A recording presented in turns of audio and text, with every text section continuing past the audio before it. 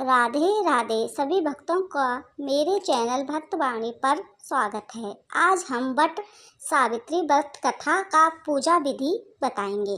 पूजा विधि इस पावन दिन सुबह जल्दी उठकर स्नान आदि से निवृत्त हो जाएं। घर के मंदिर में दीप प्रज्वलित करें।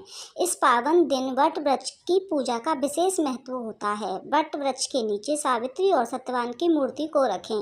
इसके बाद मूर्ति और वृक्ष पर जल अर्पित करें। इसके बाद सभी पूजा सामग्री अर्पित करें। लाल कलावा को वृक्ष में 7 बार परिक्रमा करते हुए बांध दें। इस दिन व्रत कथा भी सुने। इस दिन भगवान का अधिक से अधिक ध्यान करें। वट सावित्री व्रत कथा विवाहित महिलाओं के बीच अधिक प्रचलित जेठ कृष्ण अमावस्या के दिन आने वाली सावित्री व्रत की कथा को निम्न प्रकार से है। भरत देश के एक राजा थे जिनका नाम अश्वपति था। भरत देश के राजा अश्वपति के कोई संतान न थी। उन्होंने संतान प्राप्ति के लिए प्रतिदिन 1 लाख आहुति दी। 18 वर्षों तक यह क्रम जारी रहा। इसके बाद सावित्री देवी ने प्रकट होकर वर दिया कि राजन, तुझे एक तेजस्वी कन्या प्राप्त होगी। सावित्री देवी की कृपा से जन्म लेने के कारण कन्या का नाम सावित्री रखा गया। कन्या बड़ी होकर बेहद रूपवान योग्य वर न मिलने की वजह से सावित्री के पिता दुखी थे। उन्होंने कन्या को स्वयं वर तलाशने भेजा। सावित्री तपोवन में भटकने लगी। वहाँ सल्व देश के राजा धर्मसेन रहते थे। क्योंकि उनका राज्य किसी ने छीन लिया था, उनके पुत्र सत्यवान को देखकर सावित्री ने पति रूप में उनका स्वीकार किया।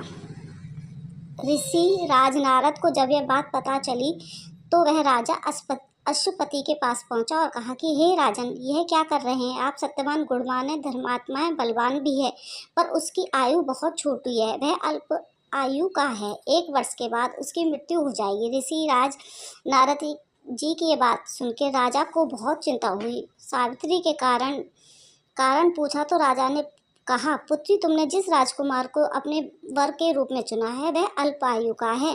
तुम्हें किसी को और को अपना जीवन साथी बनाना चाहिए। इस पर सावित्री ने कहा, पिताजी, कन्या अपने पति को एक ही बार वरण करती है। राजा एक बार ही आज्ञा देता है और पंडित को एक बार ही प्रतिज्ञा करते हैं। कन्या भी एक ही बार अपना वर चुनती है। सावित्री हट करने लगी और बोली, मैं सत्यवान से ही शादी करूंगी। राजा ने सावित्री का ब्याह सत्यवान से ही कर दिया। सावित्री अपने ससुराल पहुंचती सास ससुर की सेवा करने लगी।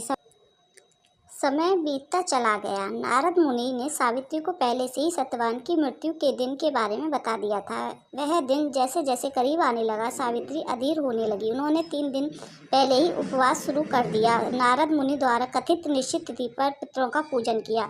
हर दिन सत्यवान उस दिन भी लकड़ी काटने जंगल चला गया। साथ में सावित्री भी गई। जंगल में पहुंचकर सत्यवान लकड़ी काटने के लिए एक पेड़ पर चढ़ा। तभी सिर में तेज दर्द होने लगा। दर्द से व्याकुल सत्यवान पेड़ के नीचे उतर गया। सावित्री ने अपना भविष्य समझ गई। सत्यवान सिर को गोद में रखकर सत्यवान के सिर को सहलाने लगी। तभी वहाँ यमराज को आता देख यमराज अपने साथ सत्यवान को ले जाने लगे। सावित्री भी उनके पीछे पीछे चल पड़ी। यमराज ने सावित्री को समझाने की कोशिश की और यह विधि का विधान है, लेकिन सावित्री नहीं मानी। सावित्री की निष्ठा और पति परायणता देखकर यमराज ने सावित्री से कहा, हे देवी, तुम धन्य हो, तुम मुझसे और भी कोई वरदान मांगो। सावित्री ने कहा, मेरे सास ससुर वनवासी और अंधे हैं, उन्हें आप दिव्य ज्योति प्रदान करें। यमराज ने कहा, ऐसा ही होगा, जाओ और लौट जाओ। लेकिन सावित्री अपने पति सत्यवान के पीछे पीछे चलती है। यमराज ने कहा, देवी, तुम वापस जाओ।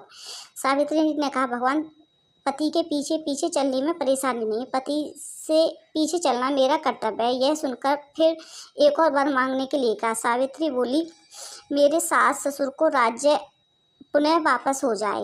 यमराज ने सावित्री को यह भी वरदान दे दिया और कहा, तुम वापस लौट जाओ। लेकिन सावित्री नहीं मानी और पीछे पीछे चलने लगी। फिर यमराज ने उसे तीसरा वर मांगने के लिए कहा। इस पर सावित्री ने 100 संतानों का वर मांगा।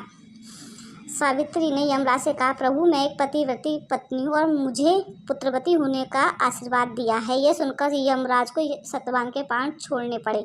यमराज अंतर्धान हो गए और सावित्री के वट के वृक्ष आई और पति को मृत शरीर पड़ा था। सत्यवान जीवित हो गया। दोनों खुशी खुशी अपने राज को चल दिए। जब वे अपने घर पहुंचे तो माता पिता को भी दिव्य ज्योति प्राप्त हो गई थी। इस प्रकार सावित्री सत्यवान चिरकाल तक राज्य भोगा। अतः पतिव्रता सावित्री के अनुरूप ही प्रथम अपने सास ससुर का उचित पूजन करने के साथ साथ सभी विधि विधान से वट सावित्री व्रत कथा सुने और उपासना करें। वैवाहिक जीवन या जीवन साथी की आयु का किसी प्रकार कोई संकट नहीं आएगा। वट वृक्ष पूजा का शुभ मुहूर्त।